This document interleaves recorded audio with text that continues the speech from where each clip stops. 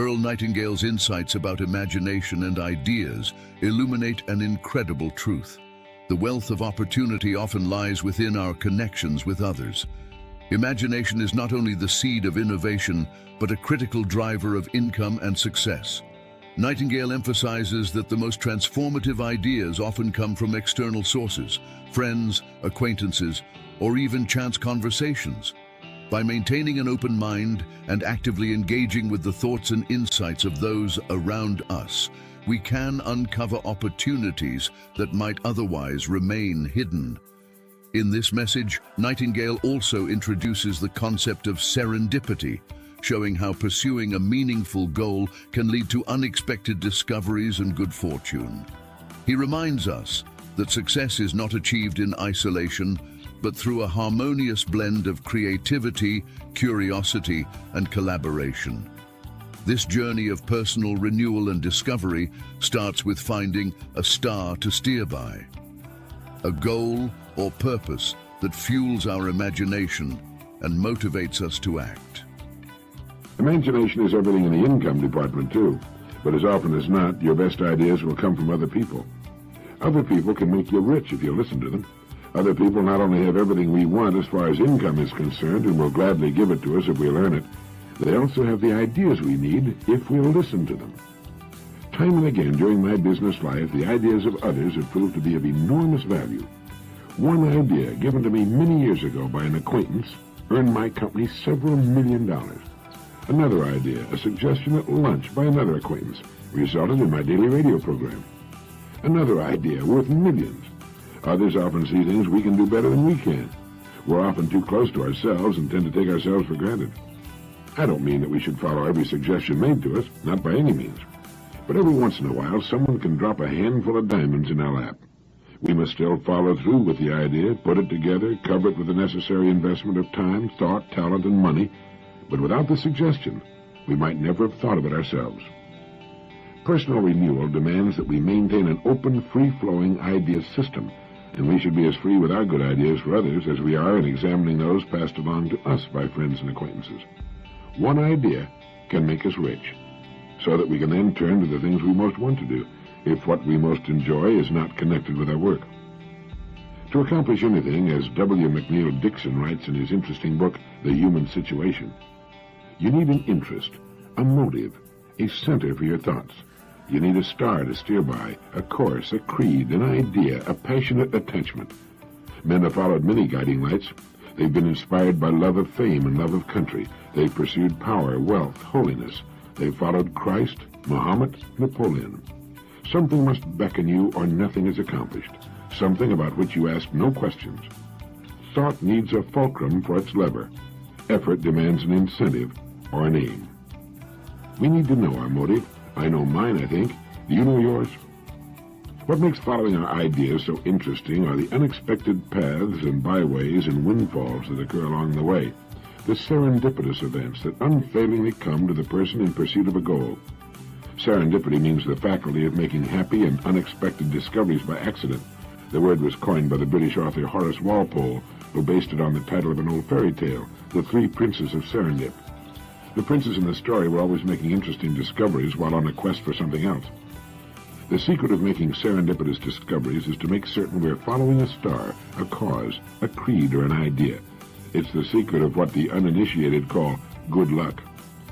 Just as ideas and imagination are the fountain of youth, being on a personal quest absolutely guarantees that unexpected good fortune will come our way from time to time. Whenever you hear of someone being lucky, a little investigation will show that the person is a busy, positive kind, looking for new and interesting ways of doing things. I remember reading that good luck is what happens when preparedness meets opportunity. People who pull in their heads and try to play it safe seldom learn about serendipity. Perhaps they wouldn't recognize it if it sat on their doorstep. The next time you hear someone say, "Don't stick your neck out," observe him closely. Chances are he's a rather dull and uninteresting person with little to recommend him. Sticking your neck out is the way to woo serendipity. A friend of mine, Skipper Hill of Miami, named his big trawler yacht Serendipity. A lot of boredom and frustration that's connected with work comes from not knowing more about it. Lurking somewhere within every line of work, there is tremendous opportunity. And if we'll only find a star to steer by, a goal worth working toward, we'll see more of it. One of the greatest explorers who ever lived, Captain James Cook, began as an ordinary seaman. In just 4 years, he had learned enough to become a master of his own ship and to later make the discoveries that made him famous. A happy, successful, serendipitous life began as a common seaman. The people who find a meaning, a deeper purpose in their work, find themselves deluged by good fortune. I suppose that's why just 5% of the people earn 40% of all the money in the country. What is the star by which I steer my life? A good question to ask from time to time. It may change as we mature and sort out the important from the unimportant, but a person without a goal is like a ship without a rudder. I talked to a class of kids in distributive education in Milwaukee not long ago, and afterwards a couple of fine, serious young men came backstage and asked, "But what if we don't have a goal?" And I suggested that they make the finding of a worthy goal their goal. It seemed to help. Another common seaman, Joseph Conrad, studied and worked his way to become a ship's captain. He later spent the long weeks at sea writing his great classic stories. Serendipity. We can put it to work in our lives whenever we wish. All we need is a quest, an odyssey, which is the name of my boat, incidentally. If you'd like to know more about the interesting subject of motivation, what motivates people today and what doesn't, by all means read the book I mentioned earlier, The Enjoyment of Management by John Price. He points out that motivating people has been with us for centuries. The 5 classic forms of motivation were practiced by such legendary greats as Cleopatra, Genghis Khan, Julius Caesar, and Moses. And for many centuries, these 5 motivators, pay, direction, discipline, underutilization, and diversion, work magnificently. Moses crossed the wilderness, Caesar conquered Gaul, and Cleopatra had her wily way. So naturally, these heretofore highly efficient motivators continued into the Industrial Revolution and are still with us today. But do they still motivate? Well, let's see. Pay is income to the person for use as he determines, but he's influenced by a couple of things. Does he have full freedom to use pay in any manner he wants, or must he use all or part of it to fill obligatory demands such as the rent, car payments, the phone bill, and taxes? There isn't as much discretionary income there as some think. Pay in most people's minds is their due for the work they perform. It does not tend to change a person's behavior from median to maximum performance. Pay, then, is not a motivator. It motivates membership, and that's all. Money is what the employer uses to attract and hold people. It motivates them to come or to leave an organization, not to perform to the maximum of their ability. Denial of aspirations for independence of action through detailed direction will certainly motivate changes in organizational behavior. Unfortunately, the motivation will take a negative tack, leading to dissension and withdrawal of individual effort. Discipline, the 3rd classic motivator, still works, but it's much more difficult to apply today. The unions, changes in lifestyles, the lesser emphasis on material goals, all have contributed to a weakening of discipline as a motivational force. The biggest problem in our industrial society today, without qualification, is the underutilization of people in the workforce. It is, in itself, a monumental deterrent to maximum individual productivity. But far worse, it has a relationship with just about every aspect of the work situation. Pay, discipline, direction, to cite the motivators we've already discussed, and also the full range of organizational goals, profit, production, morale, and so forth. The major effect of underutilization is turnover, and turnover, as any industrial leader will tell you, is the bane of his existence. The most talented young people, aware of the fact that they're not being fully utilized, quit. The young man has grown up without the problem or frustrations of his older boss who remembers the Depression.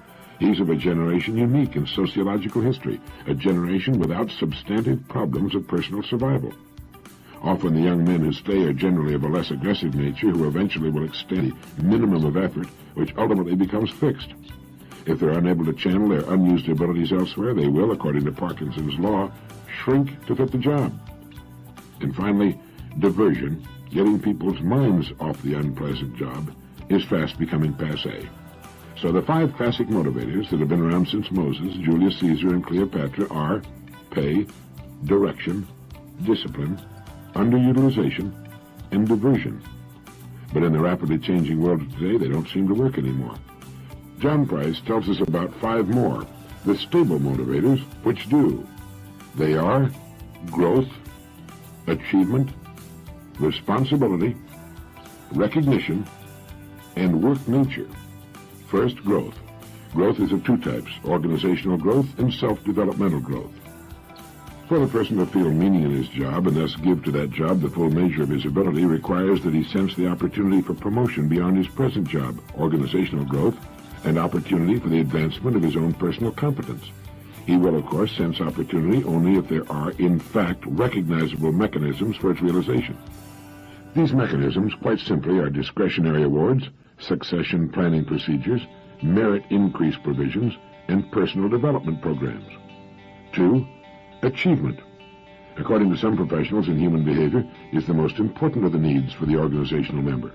Unless the person senses that what he's doing is a contribution to a greater goal, that he is doing something that counts, he will very likely produce mediocrity.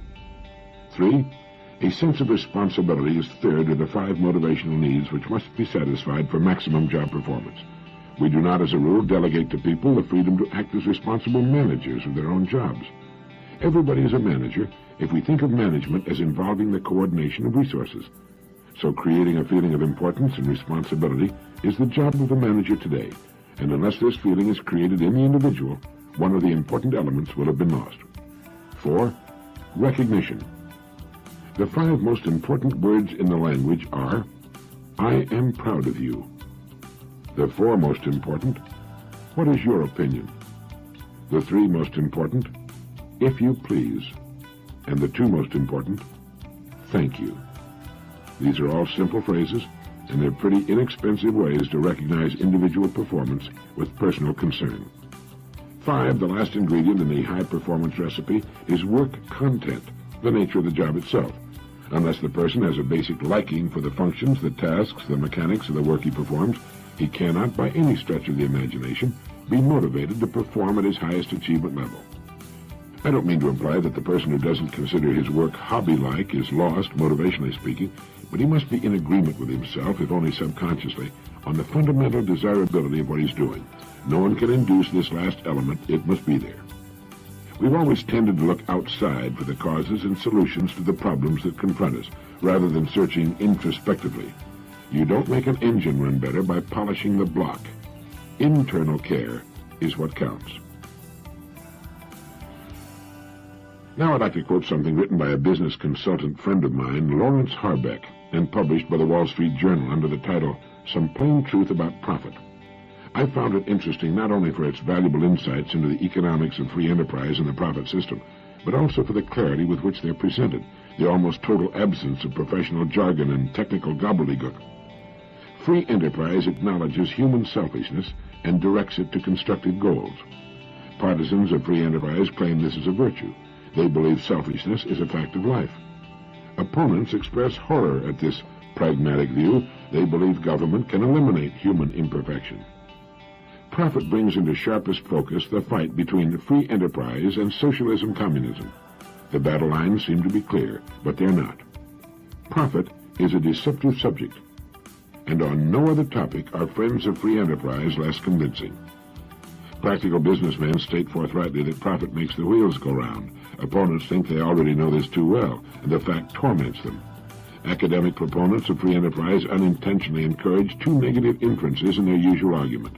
They imply that profit exists only in a free enterprise system, and only there because of imperfections, and that the profit motive is synonymous with selfishness. For example, many textbooks say, profit is money left after cost is subtracted from selling price. This definition is narrowly accurate but broadly misleading. It sounds as if the seller is getting something for nothing. If the costs are met, why should there be a remainder? It implies by omission that profit is associated only with money and sales-oriented economic systems. Economic experts agree to disagree. They describe profits variously as high earnings from entrepreneurship, discrepancies arising from uncertainty, results of a monopoly position, return from a contrived scarcity, unnecessary surplus, implicit interest, rent, and wages, an accounting residual needed to balance earnings against the value of goods and services, and a mixture of these. None of this is helpful. As the profit concept is widely misunderstood or understood diversely and an emotional issue, It must be approached with precision. A simple economic model is needed to permit discussion in basic English and short words. Tradition is helpful. It calls for economic analysis to begin with Robinson Crusoe. Consider the lone castaway. He has drinking water, but no food. At rest, his body uses material and energy equivalent to 1 fish per day. If he does not eat 1 fish per day, while resting, he will starve. He must work to catch fish. Now he pays a price for each day's effort. The price is extra material and energy used by his body while fishing. His efforts, successful or not, require a second fish each day. If he catches 2 fish each day, he will live. If his catch averages less than 2, he will die. If he catches a 3rd fish one day, it is profit. He can afford to rest the next day and not fish at all, or he can keep working and save his extra fish for the day when he gets less than 2. Or he can start to build a supply to allow him to stop fishing temporarily and make a net to improve his productivity. The extra fish, the profit, gives him the option of doing something other than fishing. Time is a factor in measuring profit. The preceding discussion defines it over a 24-hour day. We can also define it as occurring only during production and conclude that the castaway makes a profit of 1 fish every 8-hour working day that he catches 2. It gives him the option of not fishing at night. The significant point is this. During a productive period, however defined, he produced more than he consumed. Profit is the difference between production and consumption of the producing unit while it is producing. Now, all living things and all organizations of living things must be profitable to exist. Bears, squirrels, and trees must make a profit in the summer to survive the winter and start producing again next spring. Life survives unprofitable periods only if production exceeded consumption during an earlier period. Profit achieved during 8 hours enables the worker to not work the remaining 16 hours of the day. The worker's profits permit his children to not work at all. Profit during good times, if not all removed, enables the business and the jobs it provides to continue during bad times. Profit is needed to start an enterprise. In new business, a bear cub and a plant seed owe their lives to profits generated before their birth. They could not come into existence or continue to exist at first while still unprofitable unless some other producer first generated a profit. Profit should not be confused with savings. Living things must save, if only in the form of fat, to survive profitless periods. But before they can save, they must profit. The real argument between free enterprise and socialism communism is not about profit per se. All systems must profit to exist. The contentious issues are these. Who produces it? Who gets it? How is it used? And how are these decisions reached? Opinion on these questions should be developed and evaluated in the bright light of one glaring fact. No one gets it if there isn't any. Profit must precede allocation. It's pointless to give food stamps to poor people if farmers don't produce more food than farmers eat. Persons in government can't give a subsidy to an unprofitable activity unless they are first able to take a profit from some other enterprise. The total subsidy of some units of an economic system cannot exceed the profits of the others. Now, this hard fact applies equally to the castaway, families of bears, the United States, and all other nations, no matter what their economic and political structures. Nations living on the international dole are not exceptions. They're parts of larger economic systems. The finer things in life, sports, vacations, better homes, art, and so forth, and the so-called free things, welfare payments, low cost to the user government housing, foreign aid, and so forth, are possible only if profits occur first. It seems reasonable, therefore, that current profits should be distributed in a manner designed to encourage the continued and increasing availability of future profits. To achieve this objective, an economic system must take into account many things, including a few facts of human nature, such as, you cannot destroy incentive. You cannot stop the superior individual's efforts to excel his fellow men. With taxes, laws, and regulations, you may be able to destroy his incentive to make a profit, but this forces him to express his superiority through less productive actions. People expect to benefit directly and commensurately from their own productivity. Within the limits of their profitability, they provide for their families. Few are willing to give a large share of their profit to strangers. Oh, saints appear from time to time, but most of us do not qualify. Organizations based on the assumption that humans are saintly, or can be taught or legislated to be saintly, do not function as planned. They change or cease to exist. Often they become totalitarian in an effort to force people to be saintly. Precisely half the people are below average in ability. As a group, they produce much less than half of total profit. They are willing but unable. These underachievers must be given a greater share of profit than they produce, or in their frustration, they will diminish or destroy total profitability. They can do this by vote or direct action. They are not stupid. Given the chance to understand the choice, they will elect to dine on 25% of a turkey rather than 50% of a sparrow. Free enterprise comes closest to balancing these and other items, many of them conflicting, and is the most productive economic system. Idealists who confuse profits and selfishness often follow this pattern. They avoid profit-making jobs, seek profit-using careers, and clamor simultaneously for government action to prevent others from generating profits.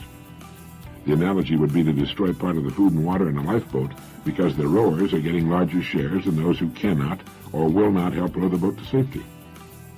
If someone wants to help the poor, he should start a new enterprise or work with an existing one to create more jobs and profits.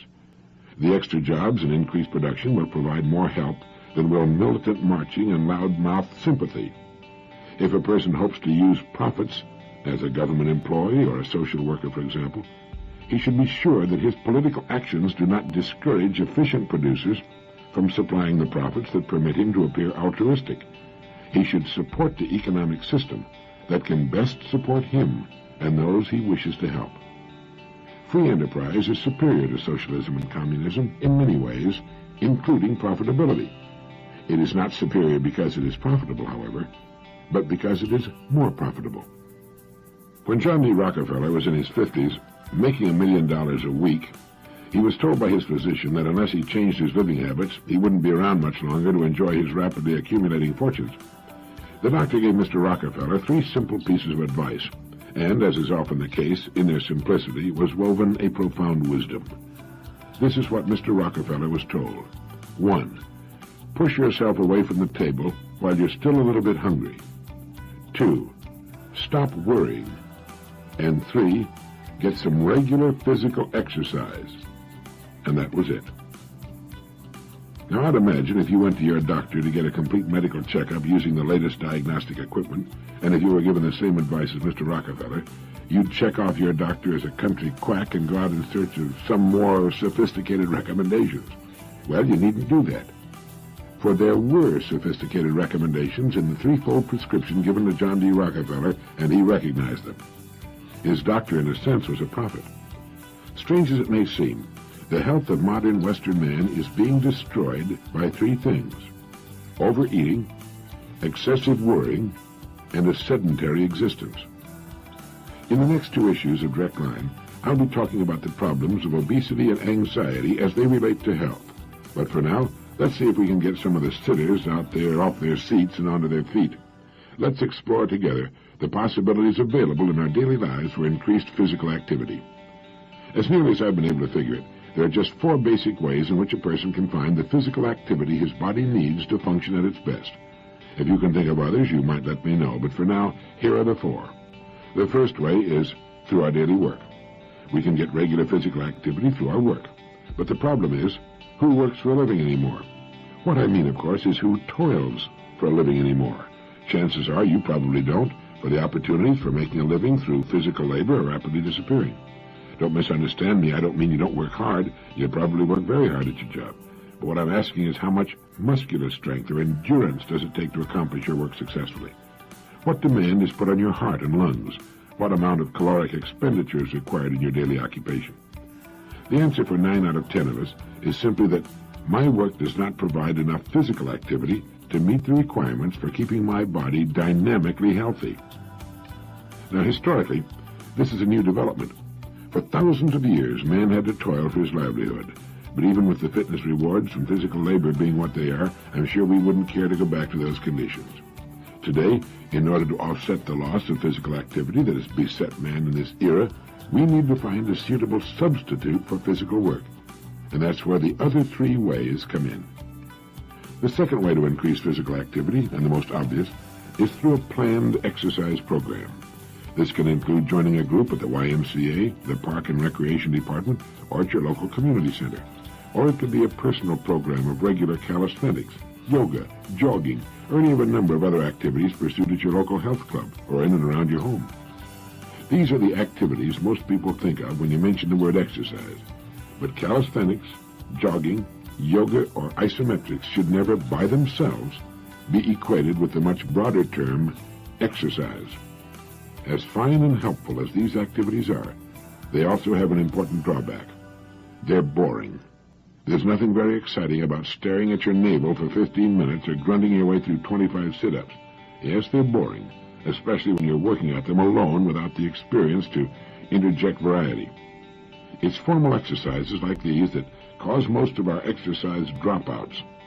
As valuable as they can be to any person, and most people will tell you they never feel better than when they're working out, it still takes a special kind of person to be faithful to a program that turns out to be little more than tedious work. But exercise that is vigorous physical activity need not be tedious. This brings us to the third way to get increased physical activity into our lives. The most palatable form of exercise is through sports and recreation. Besides the pure fun of what you're doing, there are tremendous rewards that come from activities like swimming, backpacking, tennis, handball, cycling, badminton, square dancing, judo, skiing, volleyball, and other activities which are strenuous enough to condition you while you're enjoying the participation. Developing a high level of personal fitness requires forming exercise habits, and what habits are easier to develop than those that are fun? Investigate the opportunities available in your community. If you're not familiar with a certain sport and you feel you might enjoy it, there are probably instruction courses available somewhere. If not, there are usually people more than willing to teach you their favorite activity if you just show the interest. But sports, with all of their positive values, do take extra time and often require special facilities. The last of our ways of getting more exercise requires neither of these. This family of exercise opportunities is called built-ins. They can be the answer to a frantically busy person finding the time to do it. Anyone can put built-ins into many of his daily routine tasks.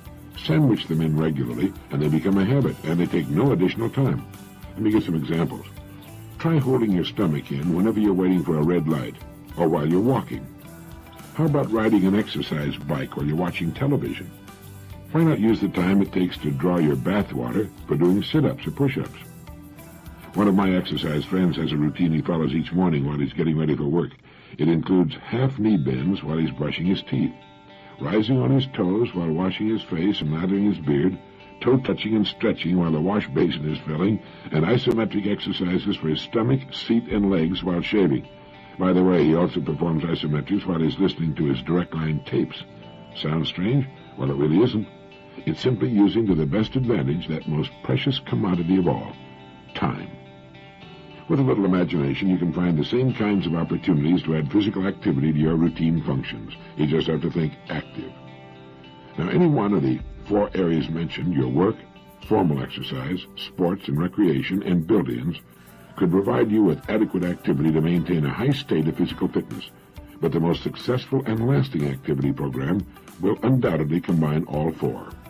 It takes some planning and commitment, but you can reach whatever level of activity and fitness you really desire.